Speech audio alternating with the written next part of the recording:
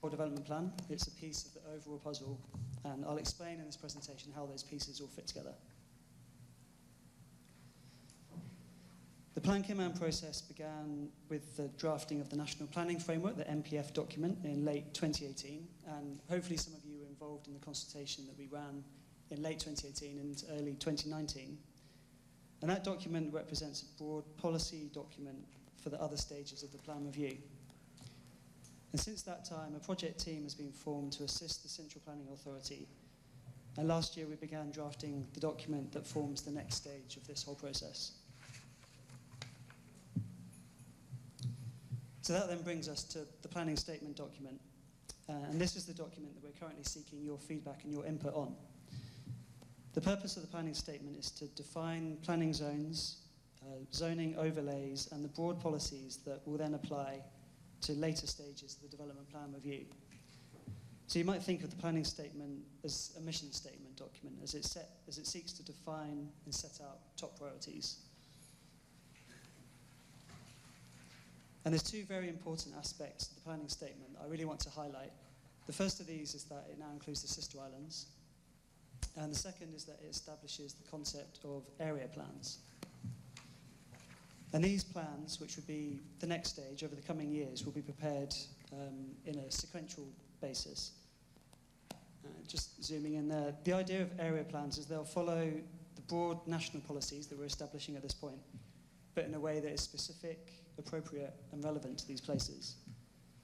So when we prepare area plans, that's when we actually start to apply zoning to the map. This is where, with your help, we'll determine the most appropriate zoning requirements to meet the needs of these different places. So each area plan would therefore involve full public consultation. We really want your input at every single stage, and we want you to be involved continuously as we prepare each of these plans.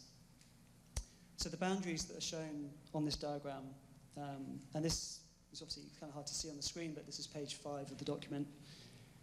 They're indicative, but they've been drawn based on the character of these places. And it's a recognition that the character varies significantly within Grand Cayman. So Georgetown is significantly different to East End, North Side to West Bay, or even Little Cayman.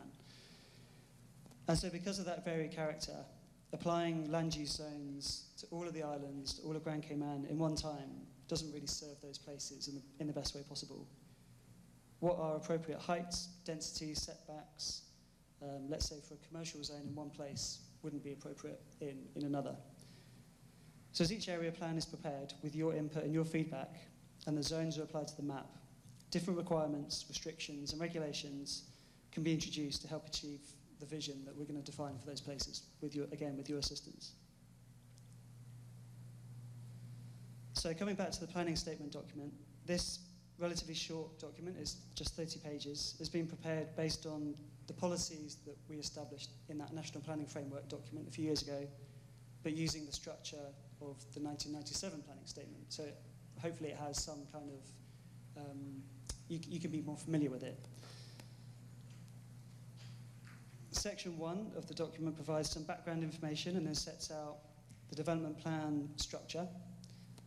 It shows how the different documents all fit together, and then it seeks to define a vision and a set of objectives which all seek to balance social, environmental, and economic considerations to meet the needs of the present without compromising the ability of future generations to meet their own needs. And so this is sustainable development. This underlines everything that's in that document.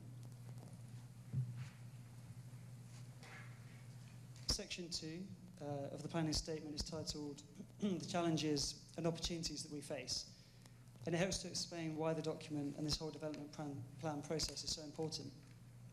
The development plan relates to such a range of issues, from the quality of the natural environment to the availability of housing at all income levels, from supporting successful economies to responding to climate change, improving transportation, meeting demands for infrastructure, and public spaces for recreation. So all of these things have to be balanced. They all have to be considered to ensure that we maintain high quality of life standards. Section 3 of the document, which is page 11 onwards, defines the various planning zones and explains why we have them and what their main purpose is. These zones follow a somewhat familiar format. to the existing land use zones that we currently work with, and they're listed here to the right of the screen. But again, you can review them in more detail in the document itself. But there's just some key changes and additions that is worth highlighting. For instance, we've introduced an agricultural zone, which replaces the existing agricultural residential zone. We've now introduced an estate residential zone, which provides for large lot, single-family residences outside of urban areas. We've introduced a single-family residential zone for locations on the edge of urban areas. Moving into industrial, we've introduced a transit industrial zone, which allows for transit operations such as ports and airports and associated facilities and services. We've separated education and civic zones to better define the location of those particular uses. In terms of tourism, we've introduced a resort residential zone to provide a transition between tourism zones and residential areas. And then lastly, we've introduced a community open space zone, which allows for privately owned spaces that may provide active or passive recreation. I appreciate that's a very quick kind of run through, but obviously all the detail is contained in the document, and we really encourage you to go away and look at that in detail. But all of these zones, the purpose of them is to provide clear rules on what may or may not be permitted in these areas, giving certainty for landowners and neighbouring residents.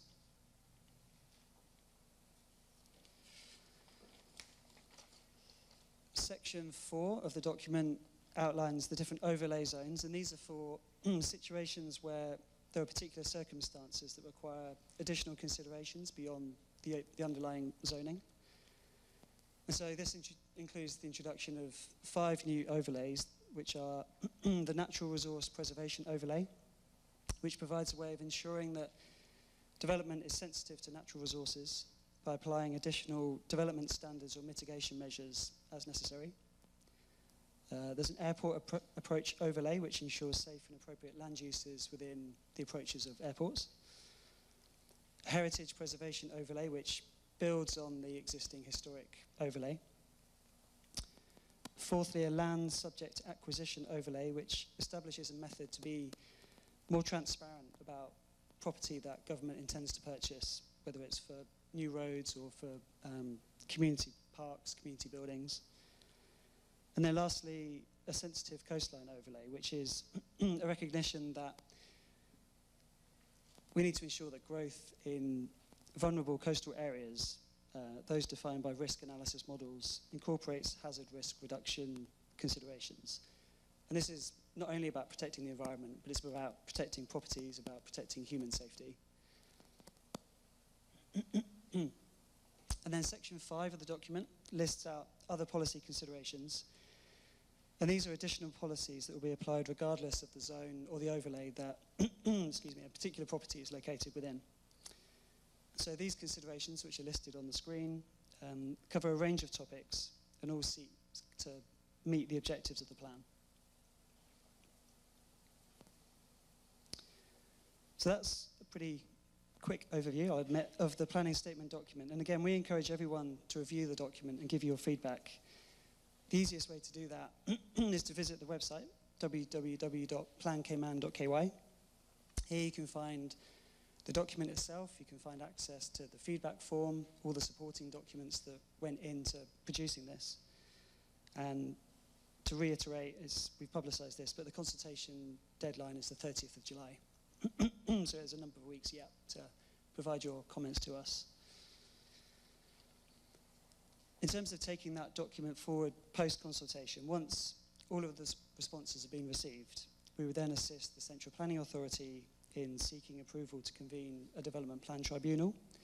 And this is the process to consider all objections and representations that we've received. Following the tribunal hearings, a report of amendments would be prepared for consideration prior to the planning statement being forwarded to Ministry and then onward to Cabinet and Parliament. So ultimately, the planning statement would need to be approved by Parliament, and once that takes place, we can commence work on each of the area plans. So just as a concluding statement, I want to come back to this diagram and really highlight again that this document is one piece of the puzzle. is simply a step along the way, and it's part of the overall process. The planning statement, again, defines the zones and the overlays and the more general considerations that will be applied on an area-by-area basis as we move through the whole process. And we really need your input. We need your knowledge. We need your views to help us create these documents. We need to have in place a better set of tools to help decision makers, and we need documents that have more teeth, that potentially include more restrictions, that can really help us make better decisions going forward. So thank you so much for your time. Really appreciate you being here, and hopefully you do have time to go away and review the document and give us your feedback. And I'll turn it back to Donna for comments and questions. Thank you very much, Mr. Milam. I really appreciate that. Before we begin questions, I'd like to reintroduce our panelists for this evening that will be answering those questions for you and addressing any concerns that you may have this evening. They are Mr. Haroon Pandowi, the Director of Planning and the Executive Secretary for the CPA, Mr. Richard Milam, who you just heard from, the Planning Officer for the Department of Planning. Joining him is Ms. Christine Maltman. She is a CPA member, as well as Mr. Peter Kinberry, who's also a member. Before we begin the questions, I'd just like to direct everyone to the mic in the middle of the room. If you have a question, we ask that you would go there and ask one question at a time, just respectful and consideration for others in the room who may have questions as well. The other way is to send your question anonymously via Slido. All you have to do is take your phone and capture the QR code that will allow you to, you don't have to register an account on Slido or anything like that, but it'll send your questions anonymously. We don't know who in the room is asking the questions. That's the second way that you can answer or ask questions. If you're unable physically to make it to the mic, we do have a roving mic, so you can just raise your hand and we'll be happy to come to you so you can ask your questions. I'm going to go ahead and get warmed up a little bit here with a few questions. The first one will go to Ms. Christine Maltman. That question is, why is Plan Cayman important, Christine? Thanks, Donna. Good evening, everyone. Nice to see you. I see a few familiar faces in the room. Nice to see you again. Well, for starters, Plan Cayman is required under the law, so we have to do it. But more importantly, and not just paying lip service to the law, but any country that's concerned with its future needs to plan on an ongoing and updated basis. This is especially true for Cayman, which has undergone significant change. I've only been here for 30 years, and I've seen a great deal of change, and I can only imagine what you've seen in your years here. Which brings me to the most important part of the process, you. Public consultation is absolutely imperative so that we can assess community needs and attempt to plan for them. So please stay involved, ask questions, and thank you again. Thank you, Christine. The next question will go to Mr. Haroon Pandowi. That question is, how will Plan Cayman be implemented or put in place? Thank you, Donna. Good evening, everyone. Maybe you can borrow your mic, Christine. All right, there we go. Good evening again, everyone. So referring back to that diagram that Richard put on the screen during the presentation, the actual implementation of Plan Cayman will manifest itself through the area plans, and then following on from that, the amendments to the development planning regulations that'll actually give you the intricate details as to lot sizes, setback requirements, building height requirements, densities, etc., which will then give you those details for the implementation. Okay, I think that sums it up. The last question in preparation for you in the room to come to the mic goes to Ms. Christine again. Ms. Christine, this question asks, how can the community get involved in the Plan Cayman process other than what we're doing here tonight in the consultation meetings? Good evening again. There's a number of ways you can get involved, and I think between the director and Mr. Richard, we've touched on them as well, but In addition to attending these public meetings, please encourage your family and friends and colleagues to do so as well. We still have public meetings remaining in North Side, East End, and we were supposed to have one on Monday night in Savannah, but that's been postponed to later in July, I believe the 25th of July. It was postponed due to weather. So there's still time to attend meetings. We're also going to do an online meeting on the 18th of July, and we're trying desperately to insert another online meeting before school finishes, because we've had significant feedback from the youth in Cayman, and I'm not sure, especially at this time of year, that many parents want their kids out when they should be preparing for finals and doing homework at this time of evening. So please join those, come to the additional public meetings. And as both Richard and the director have noted, there's feedback forms online that you can complete, which is relatively easy, but if you're not so inclined, you can submit your comments physically in person just by dropping them at the planning department. But like the director said, it doesn't stop there.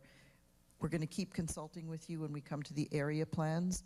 And the area plans, I don't mean to be repetitive, but this process can be a little daunting. You should have the document in your hand. If you don't, it's at the back table, which is the draft planning statement. If you look at pages 4 and 5, that's where we talk about the area plans. That's where we get down to the nitty-gritty. That's where you see the draft boundaries for each area plan. And like Richard said, we'll be engaging the public again and again and again as we take those area plans on the road as well. And those will require very, very detailed feedback. As Richard mentioned, for the first time ever, the sister islands will be part of this development plan.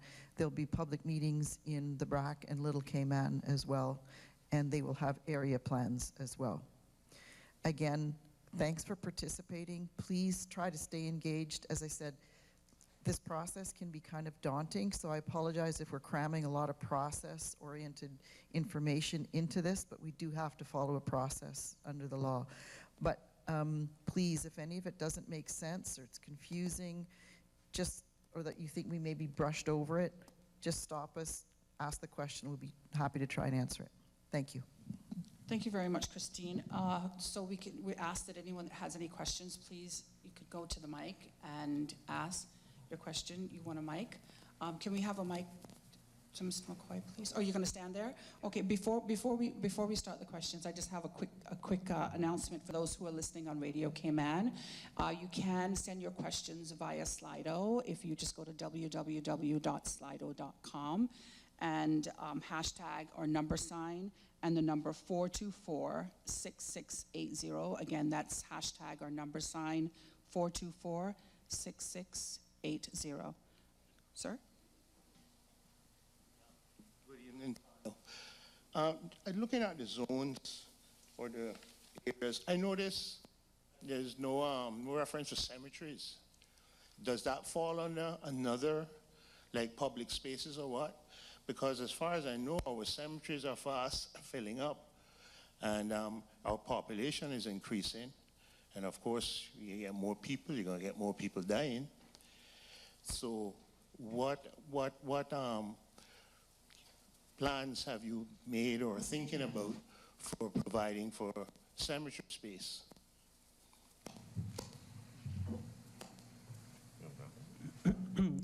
Yeah, thank you for the question. If it's not set out in the document, I think you're right, it should be, and that's a correction we can make. But I think that would be covered under the community zones. And again, going back to the process, when we do come to the area plans and we're assigning zones to the map, that's when we would think about where the appropriate places for those would be. But absolutely, you're right, that's one of the many kind of uses that needs to be considered and space needs to be made available for. Please come to the mic. Good evening, everyone. With the area plan map, it seems very general. Will there be more specific, itemized areas and a map that's more detailed, specifying where the borders will be? Yeah, absolutely. Yeah, the boundaries were intentionally kind of left a little bit indicative at this point because, again, we appreciate your feedback on that. And I think when we get down to the detail, we also want to use data to inform a lot of our decision making. And so the boundaries, when we get really down to the fine detail, will follow the boundaries that are used by the Economics and Statistics Office, so that we can use census data to really understand the demographics of those places. We can apply our planning data in terms of, you know, number of properties that have been approved and what's been built in these places. So, yeah, these are indicative at this point. I think they give a pretty good indication, and then when we come to actually prepare the area plans, we'll refine those. Thank you for your questions so far. Who's up next? Please come to the mic.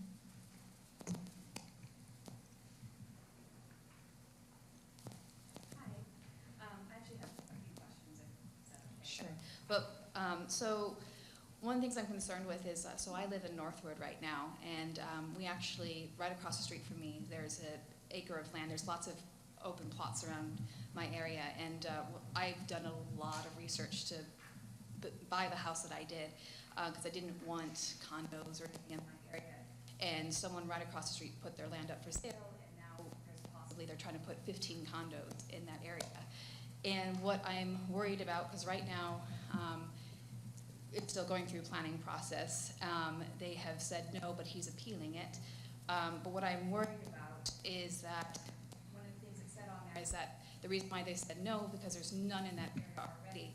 But what I'm worried about is that if my neighbors, we weren't concerned about it, and other places in my area started building condos, would that then change, I guess, because right now we're low density, but I think that our area should be looking at what you guys put, like maybe an estate, because we have large plots of land with homes.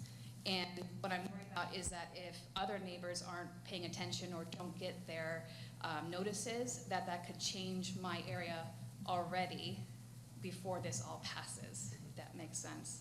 And how do I protect myself from that happening? Or maybe is there a way for, I don't know, I almost feel like maybe everyone in the area should know if like a big development like that is going in. Like we should all, instead of just immediate neighbors, maybe everyone in that area should know what's about to go in, because that could change all of our, like what goes in there, if that makes sense. Okay.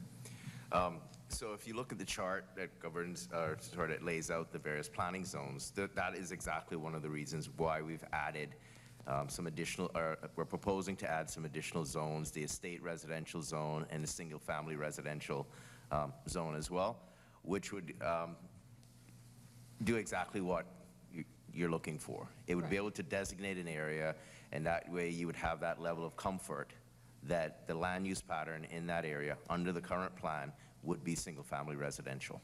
Okay. Just another point. Sorry, excuse me. You had a question on notifications and asking if the notification radius can be increased so that more of your neighbors could be notified of larger developments. Not sure if you're aware, but already in the regulations, the notification radius is prescribed depending on what type of development it is. So, and depending on what kind of zone it is. So in order to change that, the regulations would have to change. But by all means, please include that in your representations, because eventually the development plan will inform revised regulations as well. Even if an area doesn't have a lot of apartments in it, for example, the CPA nor the planning department can just, they can't on an ad hoc basis say, oh, we think we need to increase the radius for this. If the radius is specified in the law, that's what we have to stick to. And I think those radiuses, if I'm not mistaken, they're published on the website? Within the regulations. Within the regulations, they're published on the website as well. Okay. I think another point too is, and I've heard at other meetings that they've mentioned this as well, but I think better contact through like when things are planning on being built, because I actually didn't get my notice in the mail until much later than the due date. I was just really lucky that I had a friend who happened to see it on the website and told me about it, so I was able to object it. And so if there's like, I was even thinking just instead of just mailing, like paper mail, maybe emailing or calling, just so that way there's more contact, because sometimes things happen with the mail or people change jobs, and so their mailing PO box changes, and just another, yeah. If that could also be added, like maybe email could be added on there as well as one of the notifications. That's not really a question, it's just, yeah. Let's see. And this is another one too. I don't really know if this would be a planning thing, but I know one of the main things is that, like, you know, we want to build so that way people have homes and things like that. And I know that is an issue on island, but I also don't know if there's any enforcement to make sure that when people are, so for example, I've heard, and again, it's rumors are rumors, but so I don't know how true it is, but I've heard of people buying like, you know, 10 condos at a time, and then they do it because they're going to put it towards their portfolio, but aren't using those homes to actually rent back to the people living on island. So is there any sort of like, I don't know, enforcement or something to make sure that those are being rented to people living on island, but also to maybe more enforcement on Airbnbs and things like that? Because I've also heard of a lot of places that should be meant renting for people on island, but instead are going to Airbnbs, so that makes a shortage of homes as well, you know, for locals on island. So I don't know if it's a planning thing, but that might also be a recommendation. I can Yeah. help maybe a little bit, and I don't mean to pass the buck.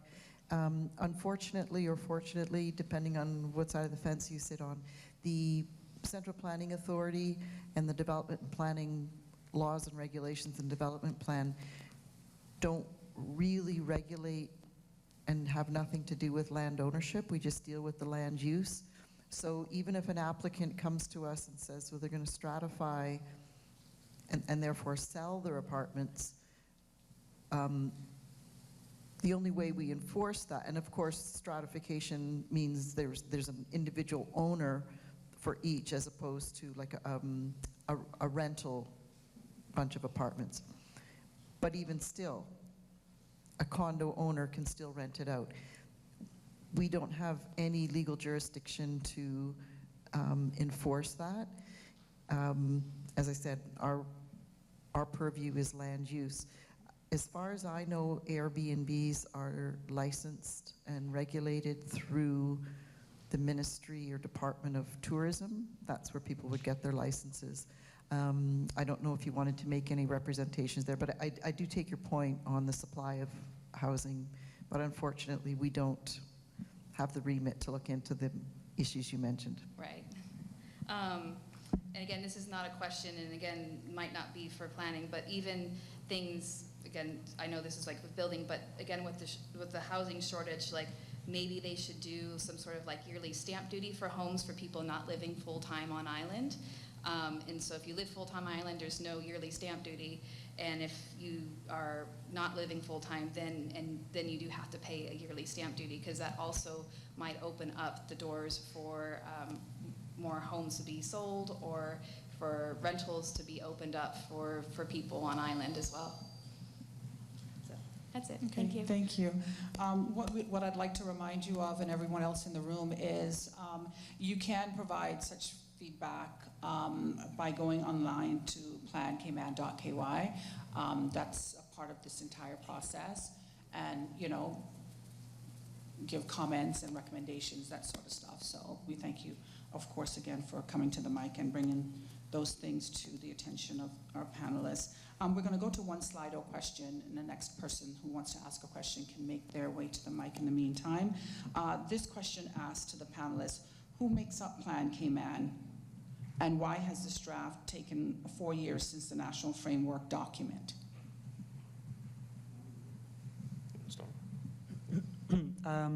So, yeah, it's a long process. I appreciate that. Yeah, if I go back to kind of the timeline, National Planning Framework, as I said, we consulted on that at the end of 2018 and into 2019. We compiled all the results. We actually presented all of the feedback on the website, and that was all made public. We wanted to be transparent in the process, and revisions were made to the document sort of over the remainder of 2019. Have to say, subsequent to that, we obviously had the global pandemic, and we had a change of government, and so priorities kind of shifted somewhat away from this process. We've kind of picked this up in the last, I would say, 18 months, and there was actually some, I guess, decision-making to be made about exactly that structure that I presented in that diagram and how the best way to kind of put this forward. And I think these things just all take time, and we're now working as hard as we can to bring it forward in a way that involves everybody. We could have kind of written this document and tried to get it adopted as quickly as possible, but I think that wouldn't serve us very well because we want to do these sorts of processes, but acknowledging that takes time in itself. So I'm not sure if that answered the question particularly well, but just to give you a kind of a timeline. Mr. Pandy, thank you. Mr. Marlin. Yeah, I just wanted to add and to highlight the point that Richard was raising, the fact that this is a process that sees us updating the National Development Plan, but also sees us updating the framework and how we actually go about producing and delivering a National Development Plan. Just like how we want to ensure that the plan is fit for purpose, we want to ensure that the process remains fit for purpose. Okay. Thank you. Sir, when you go to the mic, please stand as close to the mic as possible. Our listeners on Radio Cayman say they're having a problem hearing. Sorry? I'm pretty loud to begin with. Okay. Hi, good evening. I'm not sure if this is for you guys or not. I heard that there's a zoning for specifically for agriculture. That's good. Got one question, well, a couple questions. What does that? Huh? Oh, hello. Okay. What does that do for current farms that are not in that zone now? That's the first question. Because traditionally, when people farm, you know, you have your family land that you have 40 acres and you're farming there because that's where it's always been. If that is not in the catchment area for a farm, what happens to that farm? Okay, so through the process, and again, this is why we've evolved the process to come up with the area plan. So we're able to actually do a deeper dive in a community as opposed to sort of a broad brush approach. So looking at the community, we'd be able to pick up where those farms are actually located currently and apply an appropriate zone to those farms. One of the reasons why we're looking to segregate, because right now, a lot of farms are occurring in the residential areas, and they're also occurring within the agricultural residential area. But we've got this ongoing tension between residential homes that are moving into the area, because I guess it's one of those challenges that exists throughout planning, where a type of use creates the ambiance and the atmosphere that attracts people, but then by the sheer fact that they're attracted to that area, they change the context of the area. So, you know, everyone likes to live on a nice big open lot, nice trees, open landscape, you know, farming, etc. But the sheer fact is residential moves in, it unfortunately drives out the farming. So the current plan that we have, and again, you know, that plan was brought into place in 1997, was derived off of the 77 plan, and it was fit for purpose for that time. But as the country has moved on, we have to start getting down to a more detail, a more level that we can segregate those things out. So it's no longer fit for purpose to say, well, you can have a farm in a residential neighborhood and avoid conflicts, because you just, you know, the volume of people were such at a time where you had the space to allow, to avoid those conflicts. But as more and more people are moving in residential areas, as we're looking to drive the affordability of housing, and we're reducing lot sizes, that's increasing the number of people in the area, and that's now creating those conflicts with persons who are farming, and nuisance claims, etc. So we're trying to do a better job at segregating those uses and making sure that they are protected. So I know one of the things that the current minister, I promised, and I know he's not here to defend or There have been instances that I know of that people have been farming on properties for generations. Like you said, people move in and say, hey, this is a nuisance, and your department, the planning department, will come and shut the farms down. Now, the minister had promised, and it's a promise of comfort to a fool, but had promised to put a grandfather clause in. Now, I don't know if you know about that, if he said anything to you guys about it, or if it was just lip service. So just curious or anything like that. Not to that level, but again, in applying the zoning, you have to be cognizant of the current uses and not apply a zone that disenfranchises the current users and the current residents.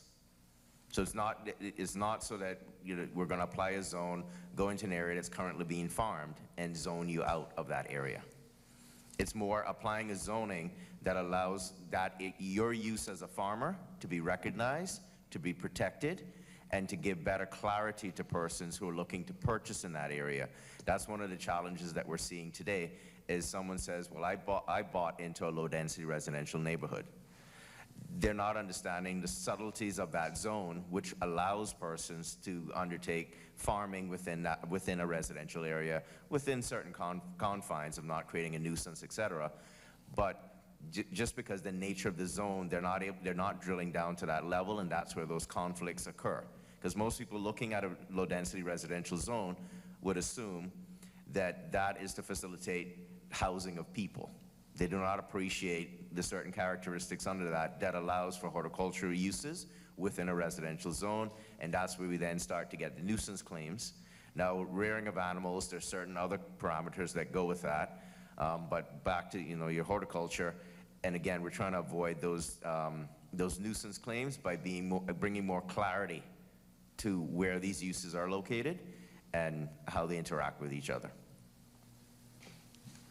Okay, so if I follow you, then you're going to try to find a way to inform the new residents of an area that, okay, if you're going to go here, this is what's there now.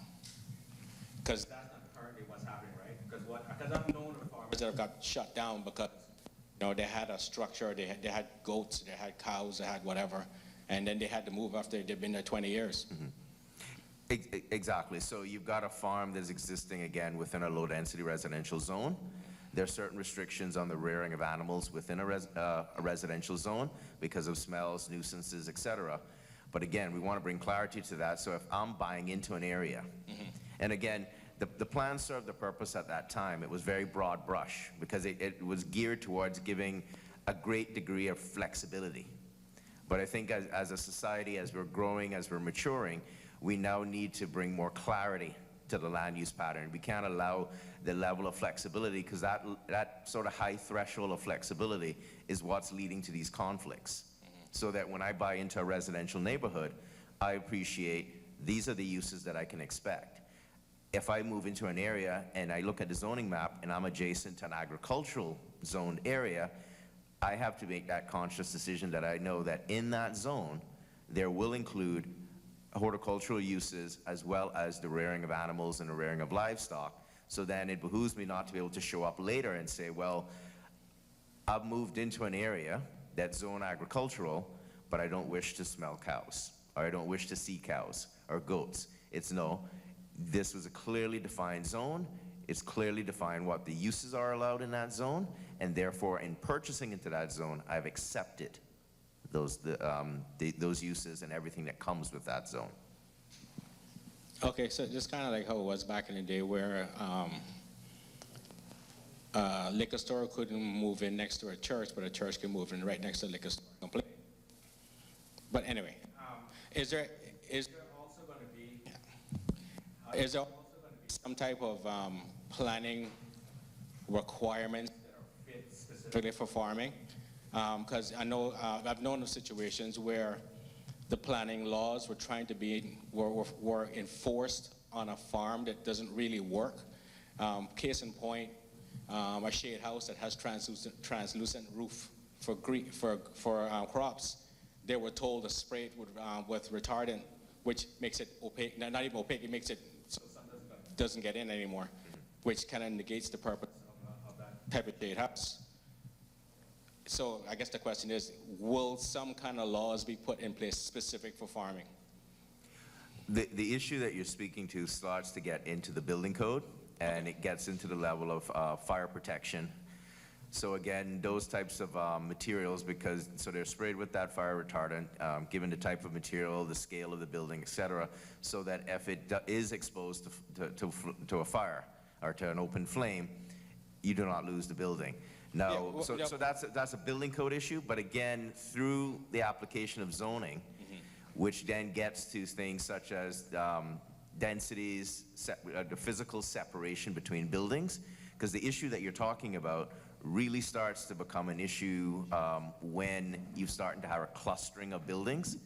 So you no longer have the ability that if that structure was to say, heaven forbid, catch on fire, there's sufficient separation between that structure to ensure that that fire is contained to that structure and does not spread to adjacent buildings. Yeah, fair. So again, those are things that we can look at through the planning process, such things as setbacks, and the type of uses that are allowed, type of material, et cetera. Yeah, because I mean, you know, you can't, at least in my estimation, you can't use residential or commercial building codes for a greenhouse. And that's basically what's happening now. Yeah. So. And again, those challenges come about when we have too much of a mixing of uses that are still incompatible. You know, don't get me wrong, one of the tenets of planning that this plan seeks to drive is to, where possible, remove these hard separations that lead to things such as congestion, traffic, et cetera, that say where you live is separate from where you work, is separate from where you're entertained. We want to create mixed-use communities in that effect, but we also recognize that certain uses, for instance, agriculture, which involves the storage of chemicals, the application of chemicals, the use of certain buildings, those continue to need to be separated and segregated for the health and safety of all. Yeah, fair enough. Sir, I mean, yeah, thank you. I- Sir, thank you so much for your questions. We'd like to give somebody else an opportunity to ask a question. Thank you, Mr. Handoy. Thank you so much for your questions. We really appreciate it. My question is, I'd like to know why the planning department doesn't recognize You can hold your covenants. mic closer to them. Sorry, I want to know why the planning department doesn't recognize covenants. There's a development in Beach Bay that we all signed covenants that it was only supposed to be single-family homes, and now there's duplexes being built, and the covenants were registered with Lands and Survey. And I think that's a little unfair because everyone else abided by the rules, so I'm not really sure why those were approved by planning for duplexes. Thank you for Thanks. That's a very common question. It actually goes back to one of the statements I made earlier into the question about land ownership.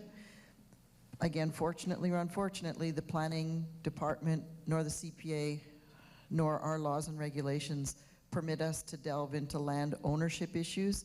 Covenants are registered on title, land registry title, which is not something we can enforce. The only way to enforce covenants is through the courts and or making an application through the Registrar of Lands. Like you say, that's where they're registered. I completely take on board your point, but it's unfortunately not something that planning has the remit or legal authority to deal with. Okay, thank you. Follow up to that. This covenant thing. A lot of developers use that as attraction. You know, covenants are in place, you know, whatever. And if so, people buy with the thinking that these covenants are in place, and you telling us no, it has to be registered or it has to go through the courts. No, What? sir. No, sir. I don't want to cut you off. I just want to clarify, and then I want you to finish your question. What I said was the covenants get registered at Lands and Survey. Even if they're registered, they are not something that the planning department or the CPA has the legal authority to enforce. We don't even have the legal authority to require the covenants. So even if a developer comes to us talking about their development and that they're going to have all these covenants and they're going to get them registered.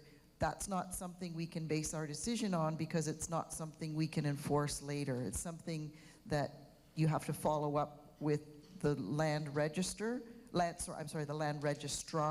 which is Lands and Survey, or make an application to the courts to enforce them. So why are they allowed to do it in the first place then? If they register it, but it's really nothing, why are they allowed to do that? Because it's deceiving people. And it seems very illogical. I don't disagree with you, sir. It's just not something that we have the legal authority to deal with. I completely take your point and understand. We hear it so many times.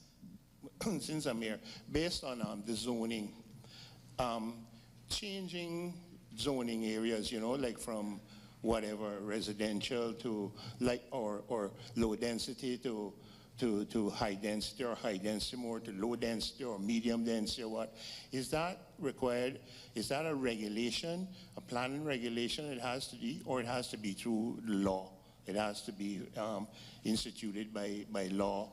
I mean, legislated or by Parliament to change zoning areas. Okay, so the ultimate changing of zoning is done through the development plan, the zoning map, and it is approved by Parliament. It has to be approved by Parliament. Yes, sir. So the regulations would set out the parameters that are of uses, what I said earlier, uses, setbacks, densities.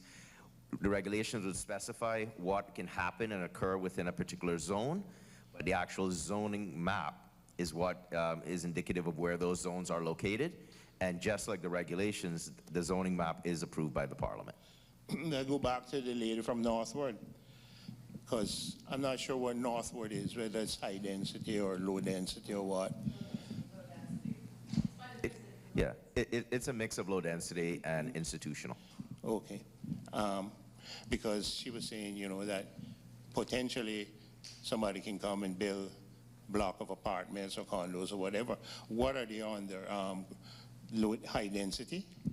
No, so the Northwood area is currently low density. Yeah. And again, this goes back to my earlier point, and this is why it's so critical that everyone participates in this process and that we actually complete this process. Because unfortunately, and you know, within the Department of Planning, every single day we receive the feedback. Why are apartments being allowed to be built next to me? Why is my community not protected in the format that I bought into? It's because the current zoning regime was purposely built to allow a high degree of flexibility. Because as you start out, as the land use pattern evolves, you wanted to be able to capture that and allow, you didn't want to be too regimented that you sort of force land that persons owned, that to say, well, okay, you own land in a particular area, but if you want to do houses, you're going to have to go buy land somewhere else. So there was that flexibility because it recognized that you were dealing with generational land ownership issues.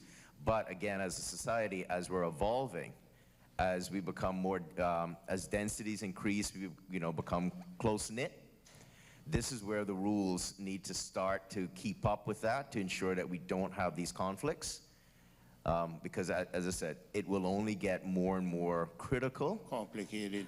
As those density increases. And the things that we take for granted today exactly will have to be specified going forward. Otherwise, these conflicts are going to continue to be exacerbated. And given that we're pushing for this 120,000 population, you know, and the land is limited, if we're going to have more. And so under this new development plan or whatever, hopefully, the areas that are designated, whatever, will be strictly for that. So if somebody comes now, like say you have an area that's designated low density, right? And somebody comes in that area, buys a piece of land, and want to build a block of apartments. Would that be allowed? If they go... Okay, so in that particular area, if single-family residential zone is applied, that, as the name suggests, is to account for single-family residences. Strictly. And that's where we're going to flush out through the regulations. And again, this is the level of feedback that we need from the residents to say, this is what your expectations are that will occur within that zone. Because I see, you know, conflict coming, especially with high density, low density areas, big lots of land, you know, houses. And we, like I said, the population is increasing. People are looking for land to, so, you know, eventually, you know, we're gonna get smaller lots, as you say, to accommodate the population, right?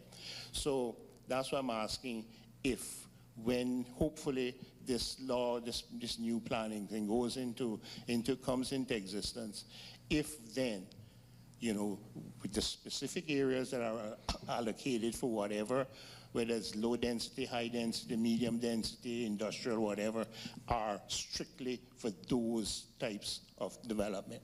Yes, sir, that is the intention. Now, what I would caveat that with to say is that there will be a process by which to change that.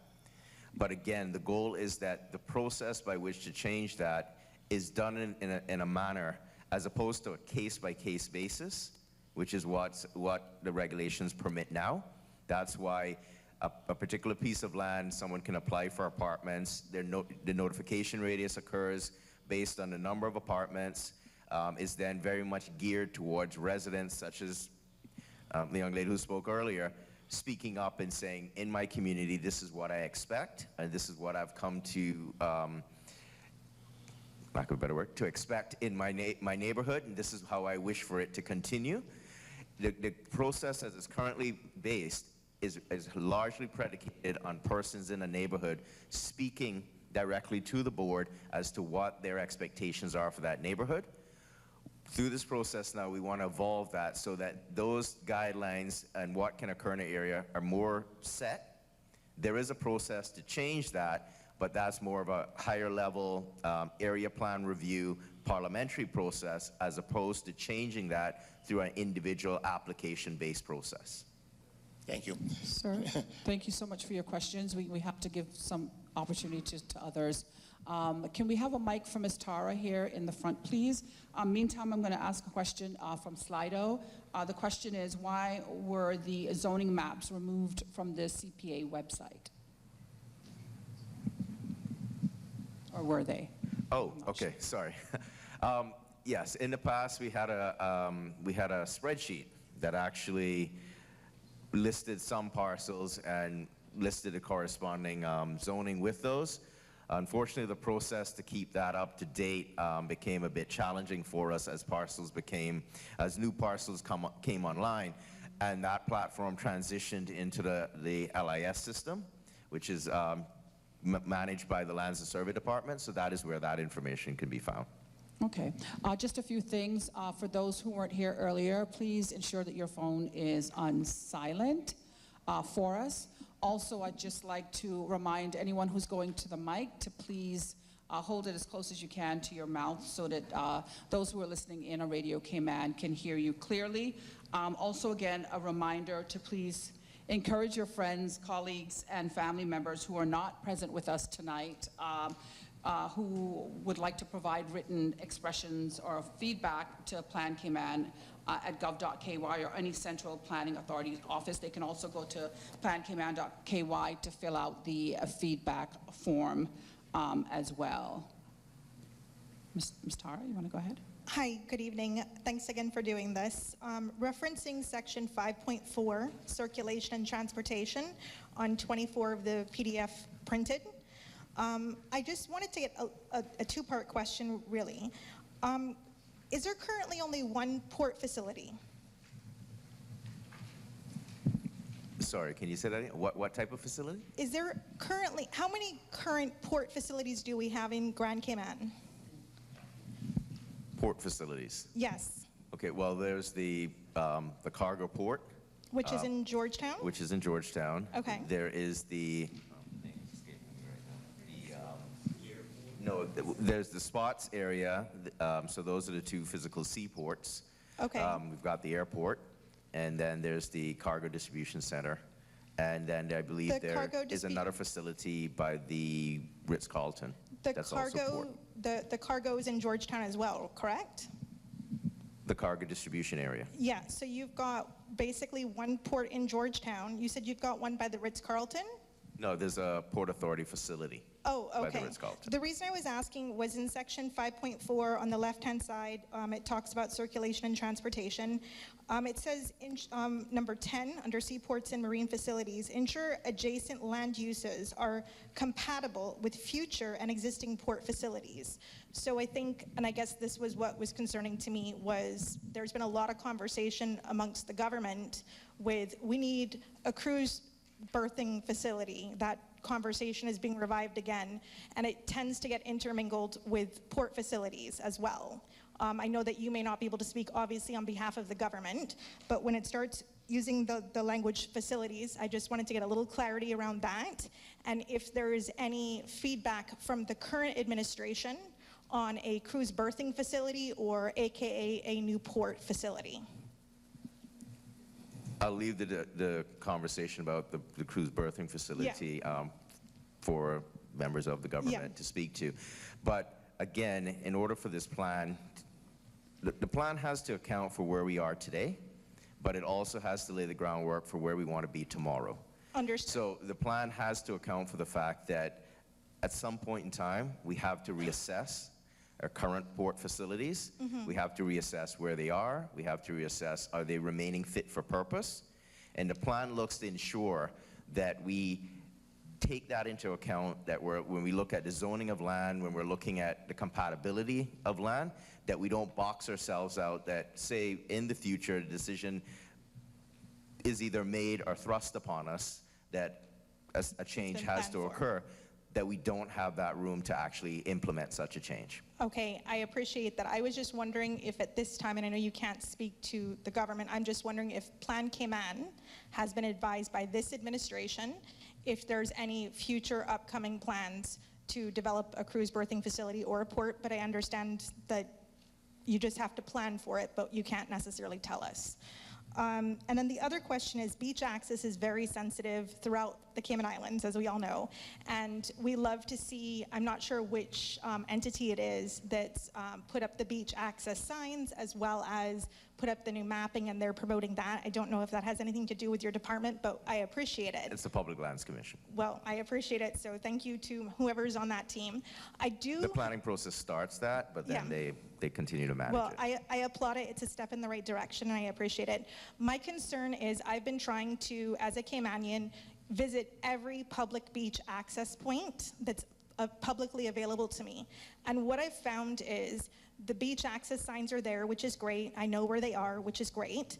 However, the parking and the ability to walk to them, and when we consider our senior citizens, when we consider mobility challenges, when we consider children, people bringing their towels, their snacks, et cetera, to the beach, it's becoming quite difficult to actually gain access to the beach by way of driving and parking. I'm just wondering, in this particular plan, if this is the type of feedback that you need, and how this might affect residences, hotels, or any sort of building infrastructure, I suppose, with providing the public with spaces to park their cars, public transport. And it's great to have the beach, but if we can't get to it, it doesn't really make a difference. Yeah. No. Sorry if that question wasn't clear. Yeah. No, I agree with you wholeheartedly, and that is the types of things that this plan is seeking to address. And again, looking at the area plans, because I agree with you, it's great to have the beach access points, but if you don't have the entailing facilities that make those beach access points work,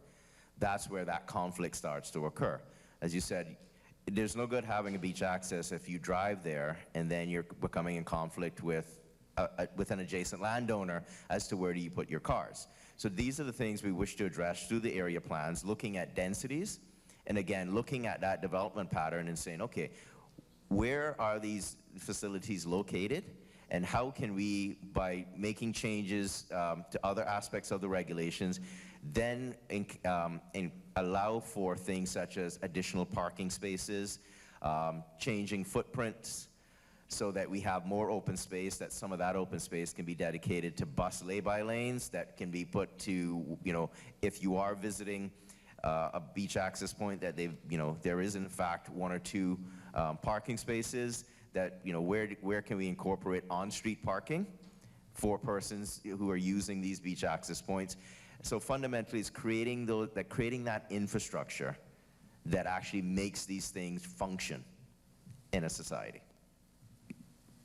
And just to add to that, you might have noticed in the document there is a direct reference to safeguarding the public's right to access and use beaches through public rights of way. That's in section 5.7. So yeah, it's absolutely it's something that would be considered in more detail in each area plan with your input as to how those access ways can be better utilised. And there aren't any current regulations that address issues like that, right? Tara, if you're going to ask questions, we need you to go to the mic for our listeners on radio. Thanks. Quick question. So are there currently no regulations that deal with things like that in terms of providing the public with whether it's pedestrian, vehicular rights of way? I think there is. I just don't know if it's for every particular location. So is there, it kind of sounds like we've identified an issue and we're kind of implying or going down the path that there is no current solution or there's no regulation for that. So is there no regulation that addresses beach access with people actually getting to the beach? If that makes sense. There is in the regulations for waterfront property that's zoned hotel tourism and beach resort residential, that for every 200 front feet of footage or part thereof, the developer applicant is required to provide 6 feet of width of public right-of-way. But it doesn't, to your point on parking, which is really valid, it doesn't require yet, and I say yet because I've just made a note to self. I actually said CMM thought, not spoken out loud, but I'm speaking it out loud, that maybe the regulation needs to be revised to say that public parking needs to be provided as well. This has been a long-standing comment, query, valid concern. In addition to making sure that public rights-of-way remain free and clear of obstruction, and that's where the Public Lands Commission comes in. So yes and no. Yes, there is a requirement that the public rights-of-way be provided and registered, but there isn't anything in the regulations requiring public parking to go along with it. All right, thank you for your Yes. question. Well, who's next, please?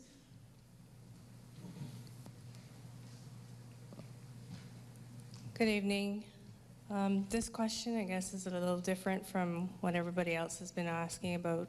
People seem to not want to change the housing around in their community, but the cost of land is very high now, and there is a growing segment of the population who won't be able to afford land and won't be able to afford housing.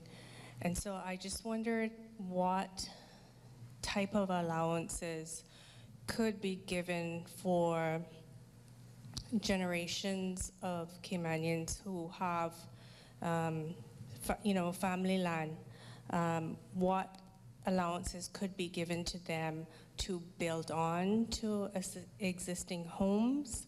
I believe in Hawaii, they're now building up like second and third floors on existing homes to allow for families to get homes because they can't afford land. And I know you mentioned that there will be smaller lot sizes, and I know the government is looking into public housing as well. But what allowances will there be if people have a plot of land and that their family would allow them to build on or build up? Okay, so that is something that could actually be dealt with through the plan, but the key component of that is to do it in a managed way so that you don't have a situation where you're introducing new densities into an established neighborhood and the infrastructure cannot keep up. So then you have cars spilling out onto roadways, you have issues with storm drains, you have issues with road infrastructure, the basic provisions of utilities, etc. And through this planning process, we can identify those areas that have the necessary infrastructure. We can set targeted performance standards that say, okay, if we're going to change and allow a certain level of density, if we're going to allow an increased building heights, if we're going to allow accessory units onto buildings, what are the performance standards that ensures that that works? Whether that's, you know, the number of parking that's attributed to it, the use of impervious surfaces. So again, that is how that mix would then allow us to increase densities without detracting from the quality of life that those communities currently experience. Who's next?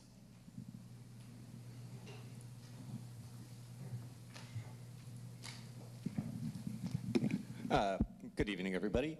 I have a question that regards the option for people in the community to express their own interests outside of just meetings like this. Are there forums? Are there other meetings that people can get information about and attend? Is there a specific office or individual in the office that people can reach out to?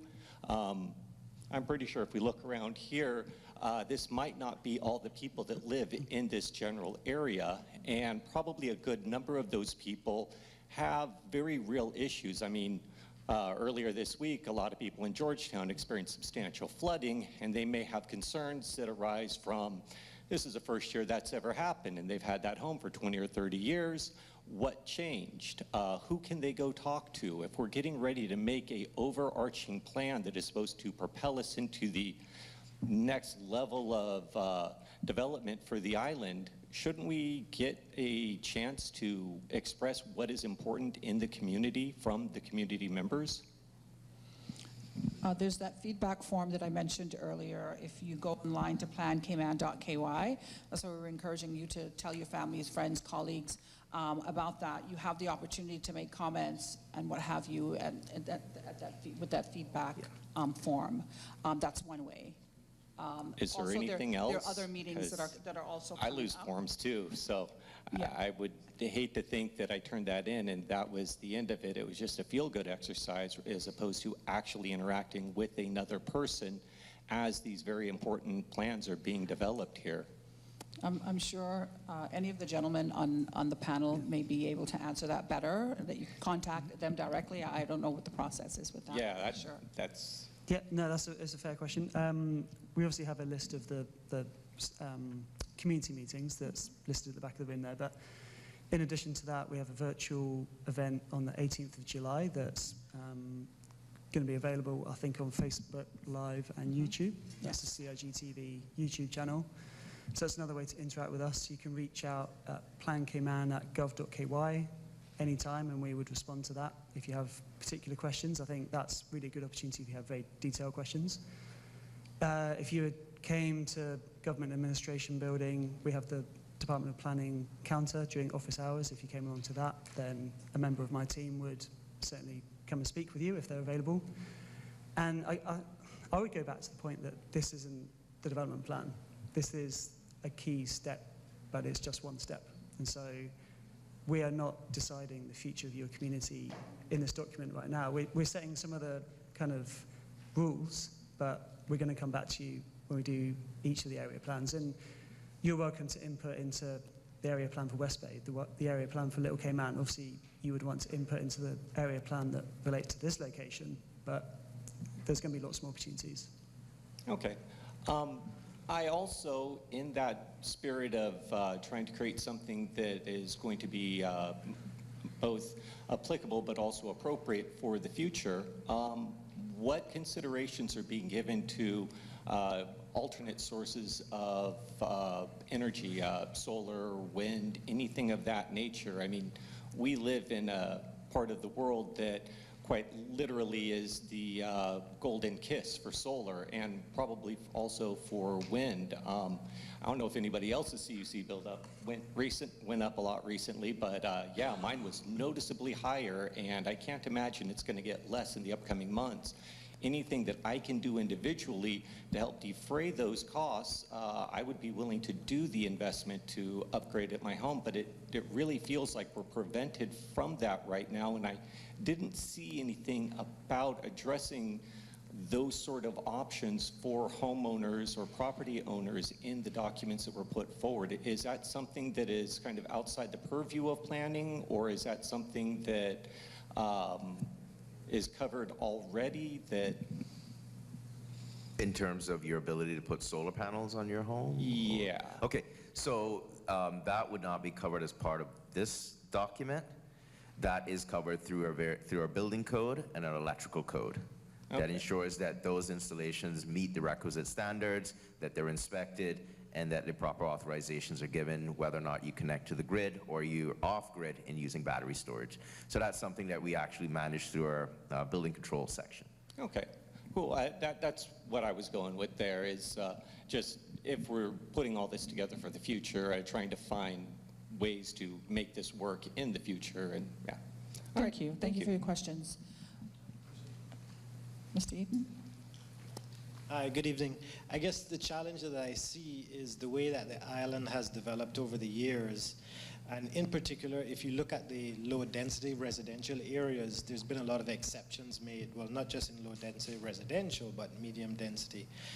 And I might have missed it earlier, but is the plan to somehow grandfather those in? Because you may look at an area which could be, I don't know, 10 square miles of low density residential, and then every 300 feet, there's a mix of houses, apartments, commercial activities with mom and pop shops. So how do you apply to this broad area one of these zones when within that zone already there's all of these activities? So will those be grandfathered in? I might have missed it, but if you could just clarify that. And again, that is why we're utilizing the area plan approach, so that we can actually get down in a community. So you're not, 'cause one of the challenges with the current development plan is just that broad brush approach.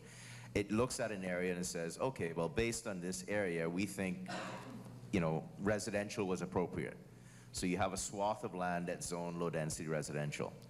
But then within the regulations, you have those exceptions and that flexibility. So until you actually get down in a community, you get down in through that area plan that you can actually appreciate where those mixes of uses are actually occurring. You can then see where, okay, they've occurred, they have to be preserved, but how can we address any issues that may have arisen from that? And then where can we better direct that mix of uses to other areas that have appropriate infrastructure to avoid the challenges that we're currently facing with, this ad hoc approach of mixed use entering into a community. But for the existing ones? No, the existing ones would be grandfathered in. Okay. Again, we're going to be looking at various performance measures to where they're currently having a negative impact, working to find ways that we can lessen or, for the most part, address those impacts. So for instance, one of the big challenges you see with, say, neighborhood commercial is because you've got a commercial activity that's occurring right next to residential activity. So you have residences that are more, have more green space. They have low level of lighting, different use of material types. It's a home. There are not many people here, I believe, that have Cobra lights over their homes, lighting up their home, unless you're in a large multifamily development in Northward at present. But we want to find ways that we can allow commercial uses to interact or be adjacent to residences, but we're able to minimize interruptions from commercial traffic, from light pollution, noise, and we can do different things such as, even to address things such as stormwater management.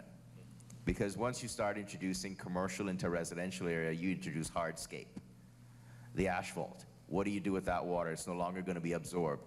Through this process, we can actually look and say, okay, depending on where that mixed use is occurring, it's at a certain level, maybe we can now allow gravel parking lots in that area.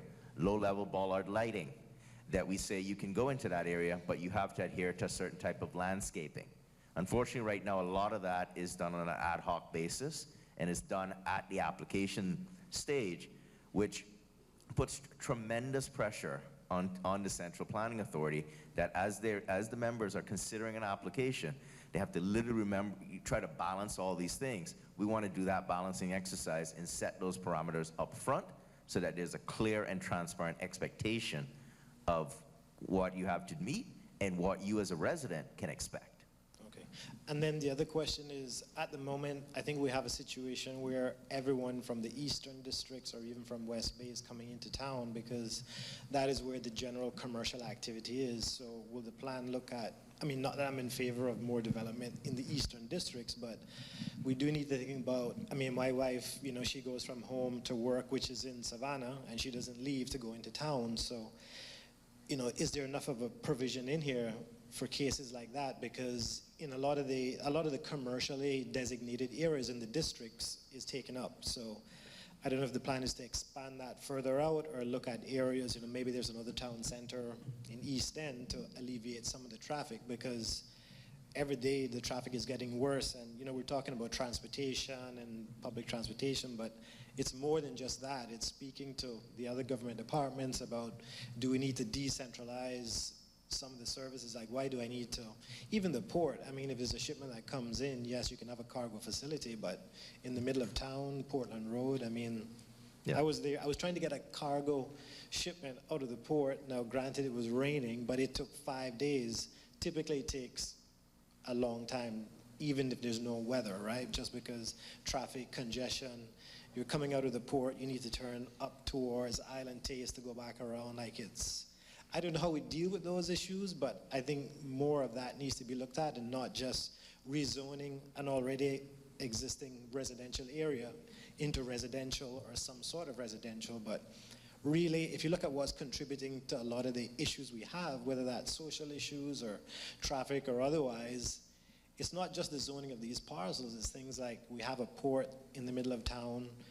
You know, there's no way for us to go unless we go into the ocean at that point. So there's some bigger decisions to be made, and I don't know how we do it. I'm just bringing it out, and hopefully it'll be a part of this process at some point. Yeah, no, it is currently a part of that process, because this planning statement, and through the various aspects of it, looks at things such as building mixed-use communities, looks at where we, on a future-driven basis, going to locate these key critical infrastructure things, where airport's going to go. Minimizing conflicts between existing facilities and planning areas for new facilities to go. Back to your question about mixed use. You know, where can we appropriately locate mixed use development?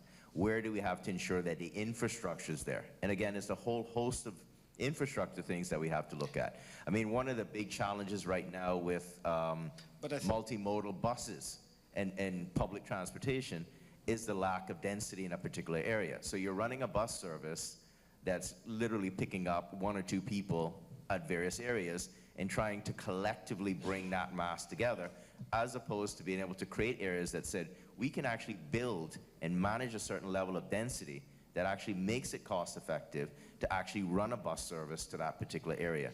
That you can actually have a hub but in of order where for you that can to take happen, personas. I think government has to make some sort of investment, because a lot of the land in some of these areas are privately owned. So how do you put in place a bus depot if the land doesn't No, and again, so. but again, through that development pattern, so if we can build and if we can allocate appropriate densities to an area, if we can build mixed-use communities, because again, people drive, you know, it's the number of people that are driving these activities. So there's no good saying, well, we're going to put a mixed-use community over here, but that mixed-use community requires, just picking a number, 10,000 people, 10,000 persons, sorry, to actually make it function. There's no good saying we're going to allocate an area here for a mixed-use center, but then make provisions for 100 people to live there. We're shooting ourselves in the foot. So that's what, through this planning exercise, and that's fundamentally what planning is taking all, some are competing in things, but making sure that the bits and pieces, we're actually connecting the dots, so you don't end up with persons living over here, having to work over here, that have access to facilities over here, but wait a minute, they're not actually there. We're actually connecting to say, you can actually work near to where you live, and where you live, if we're going to reduce lot sizes, that you actually have access to public facilities, open space, parks, etc. So it's not a, because right now we're locked in a pattern that says there's trade-offs.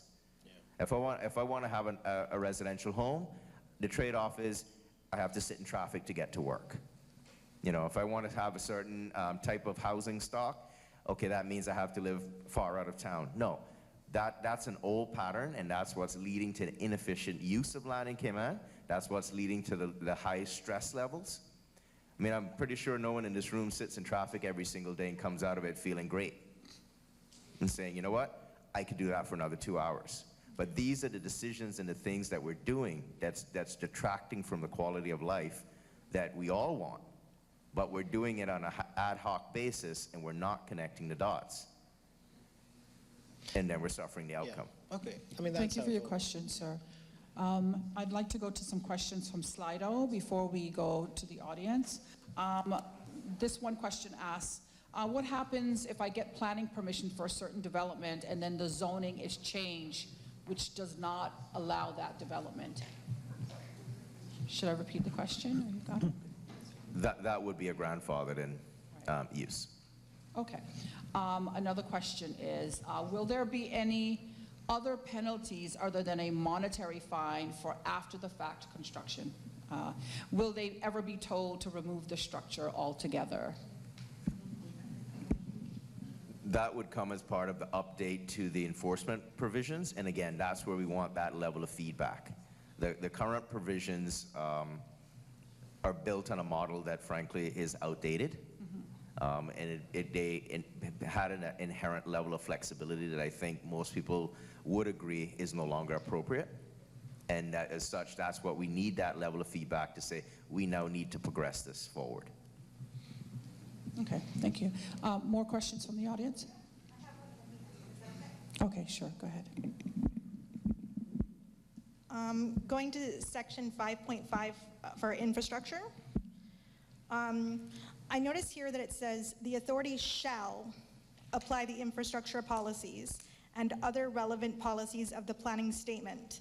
I'm just wondering where we could find these infrastructure policies so that we could give feedback on them.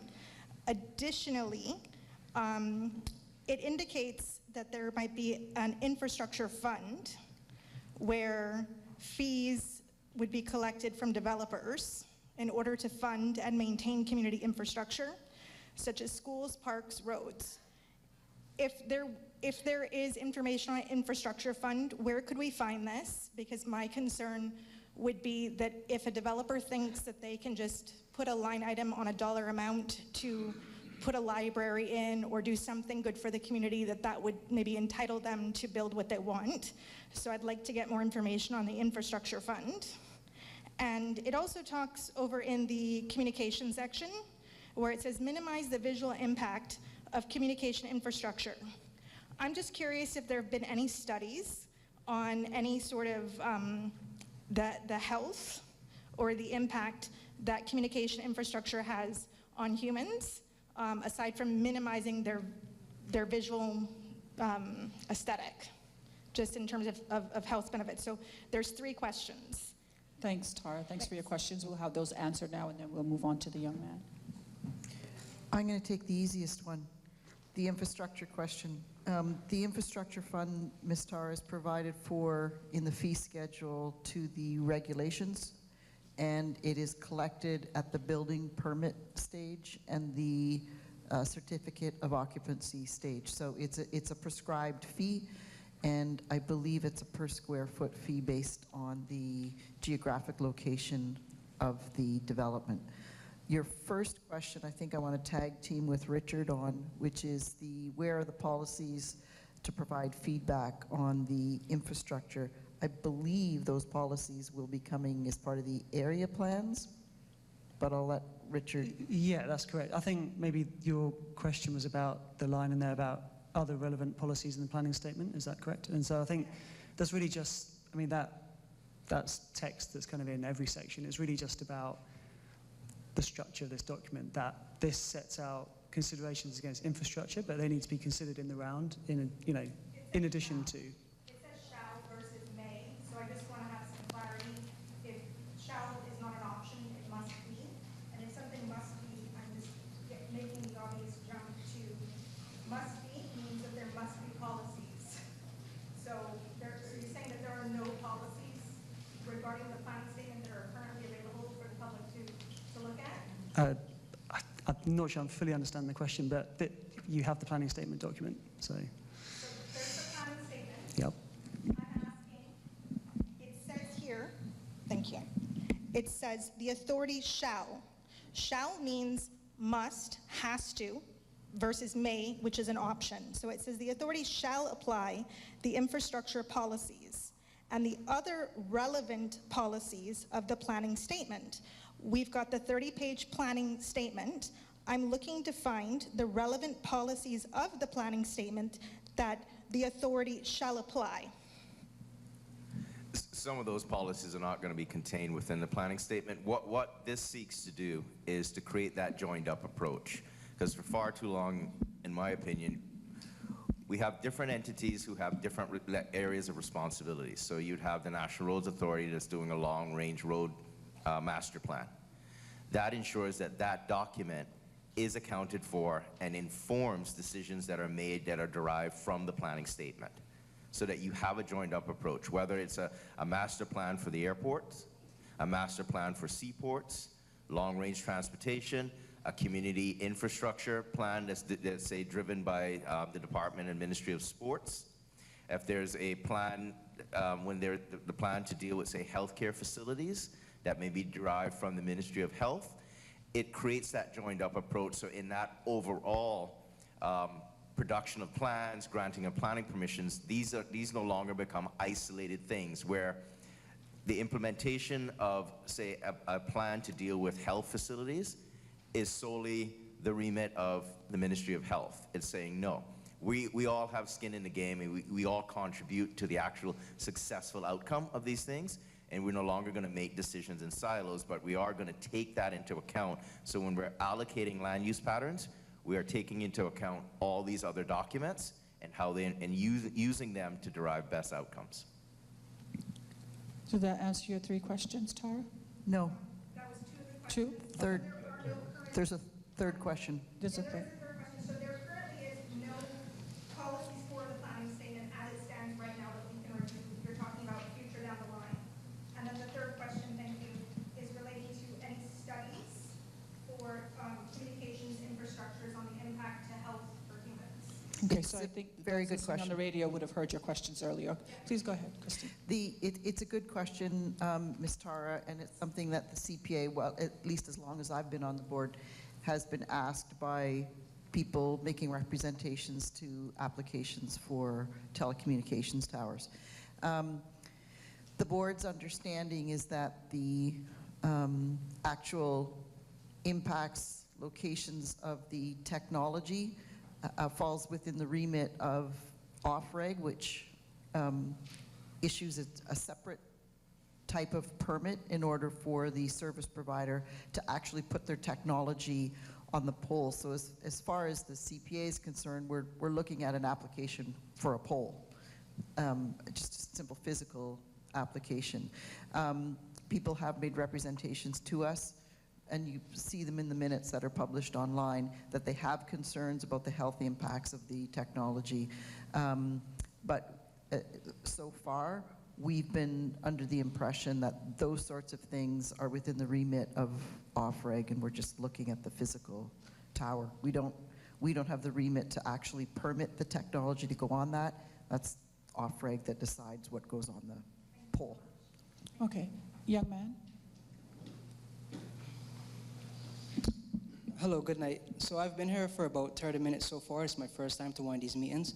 And I just want to confirm the purpose of these meetings is basically to voice the concerns of the community and let them be aware of the new development plans in order to take the island to a new stage of development. Am I correct in saying that? Fair assessment. Okay, cool. So I just have a question, which I think is very important to be addressed. There's many properties that are being listed for rental, and those properties are extremely small. I've seen many examples where the bed that the person would have to sleep on is literally a feet or two next from the stove in which they would have to cook.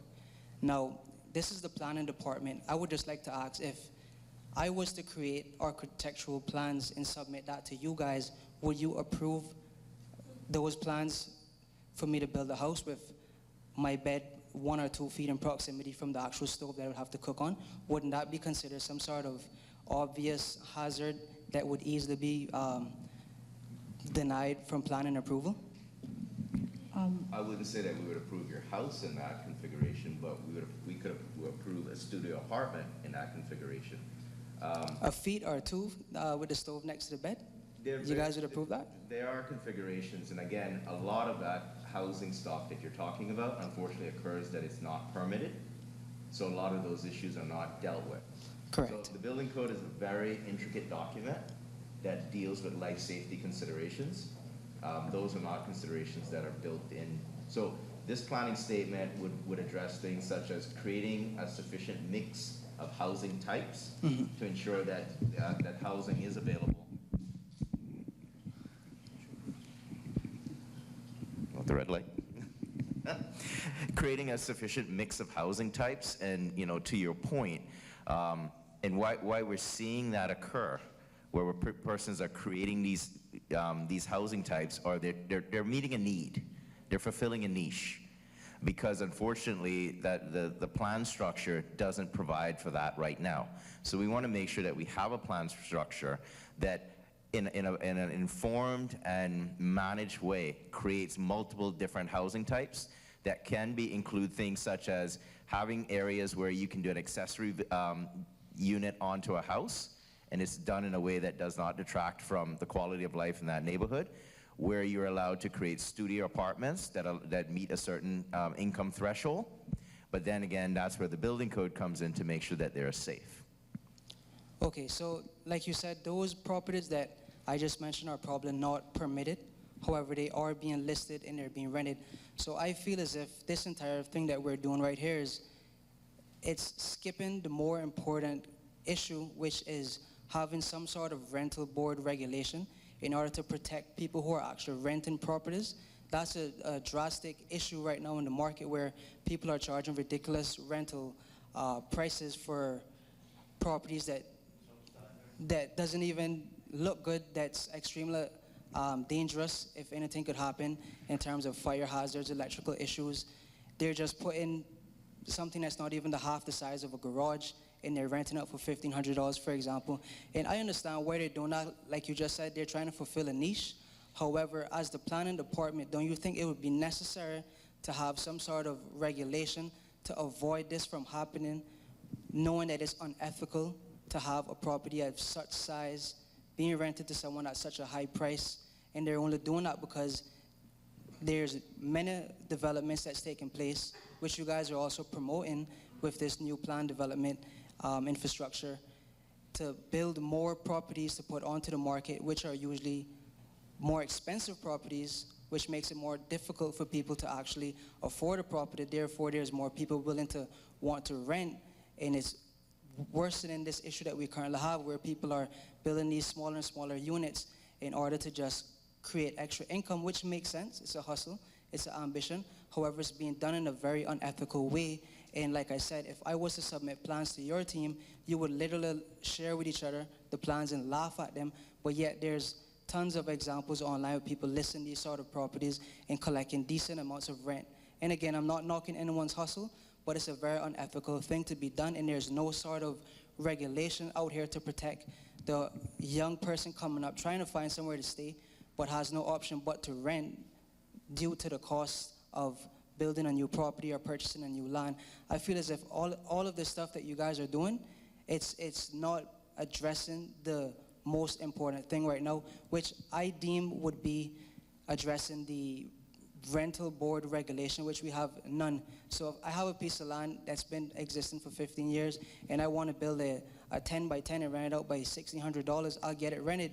And I know if I submitted that to your team for approval, it would be denied. But I do it anyway, and because I know it's not permitted. I know you guys aren't cracking down on it. So I say, okay, well, I'll benefit from the lousy job that you guys are doing, and therefore I just rent it, and it doesn't benefit the renters. I don't want to cut you, but can we frame the question so I can respond to the question? We've sort of gone to a level that the question has sort of moved to a statement, speech. Okay. So I'm just concerned about there not being a rental board regulation, but yet you guys are implementing new things to take the island to a new stage of development without addressing more important issues that are currently existing in the market. Well, I guess. Thank you for your statement. Yeah, I And guess. I'm being told by the audience I'm absolutely right. So, you know, it's an obvious situation, and I feel like this stuff you guys are doing, you're skipping a step. Can I jump in? All right, Just thank give you. him an opportunity to So, answer. Thank you for no, your statement, young man. in no way am I, you know, minimizing or diminishing your statements, okay? But again, this whole exercise is about balancing a lot of competing interests. So, for, you know, and rightly so, you're very passionate about the need to ensure that there's safe housing that's available. You're very passionate about the need to ensure that housing meets a particular standard, that there's oversight of price points, et cetera. And I'm not going to diminish that. I believe that is an important thing. But it is one aspect of what this plan has to deal with, okay? This plan does not, this plan has to be holistic, and it has to encompass many different things. This plan has to look at how circulation occurs in the island. It has to look at a mix of housing types. It then looks at, okay, how do we then translate that into rental units? But I would go to say that please don't make the assumption that because the plan is dealing with multifaceted areas that it's going to neglect a particular area. There is that balancing approach. And unfortunately, or fortunately, depending on where you sit, rent control and regulating the rental market is not within the remit of the Department of Planning. It is not within the remit of the Central Planning Authority. That is something that you've raised, and I said you're very passionate about, and rightly so, and that's something that needs to be explored in other forums, but as it is right now, that is not something that is the remit of the Department of Planning. Thank you, Mr. Pandoe, and thank you, young man, for your questions and your statements. We're getting ready to wrap up, but I have a few questions from Slido. This first one asks, what protections are being put in place for the mangroves when the new highway goes in? How will you make sure that traffic won't get worse with more building? I can repeat the question. I'm not sure it's quite clear, but. Okay, I'll repeat the question. Okay, sure.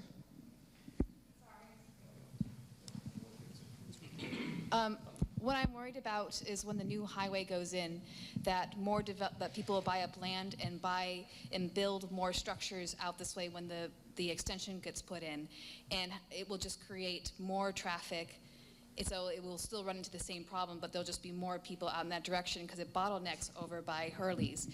Is there anything put in place to make sure that there's not going to be tons of building on the actual structure that's also mostly mangroves as well, so they would just be destroying a bunch of mangroves to be building out along the extension.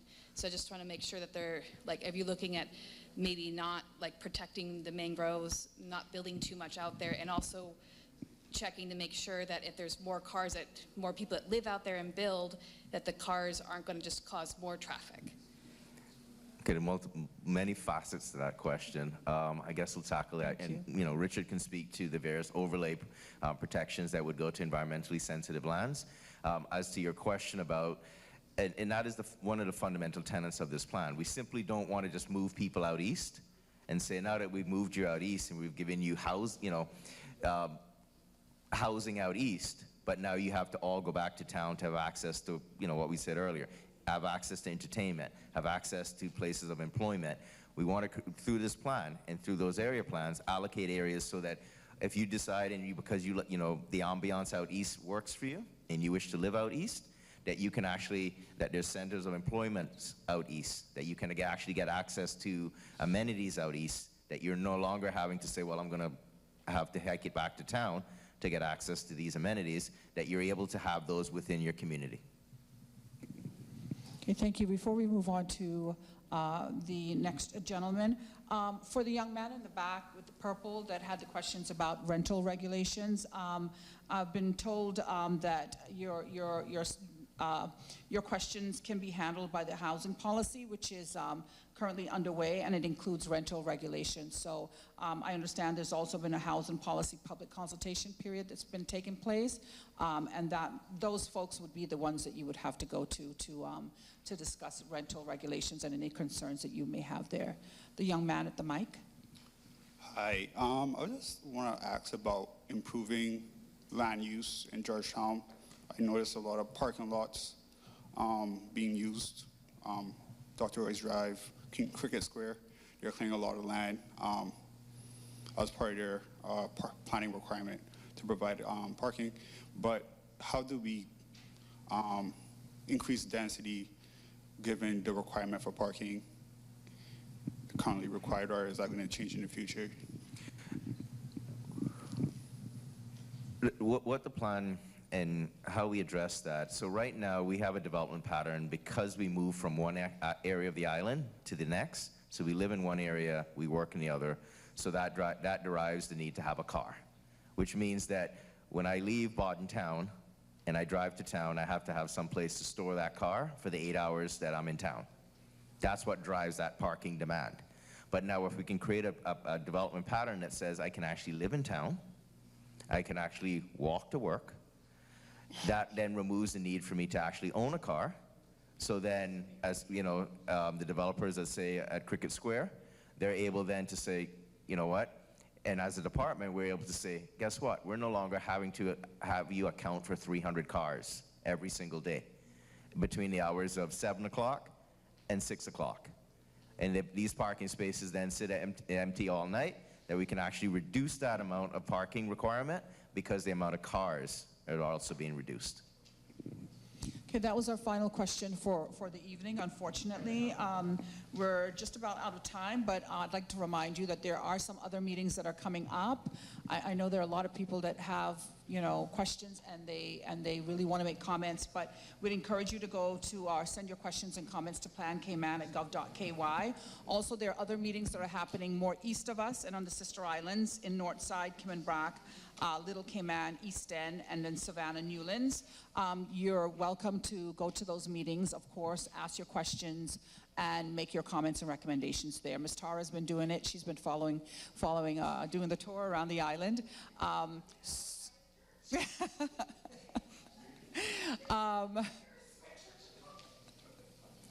Okay, so we just want to thank all of you for taking time out of your busy evening and being here. We hope, of course, that you've been enlightened, that some of your questions have been answered. Again, you can send questions to plancayman@gov.ky, as well as to attend the upcoming meetings. Thank you again. Drive safe and have a good night.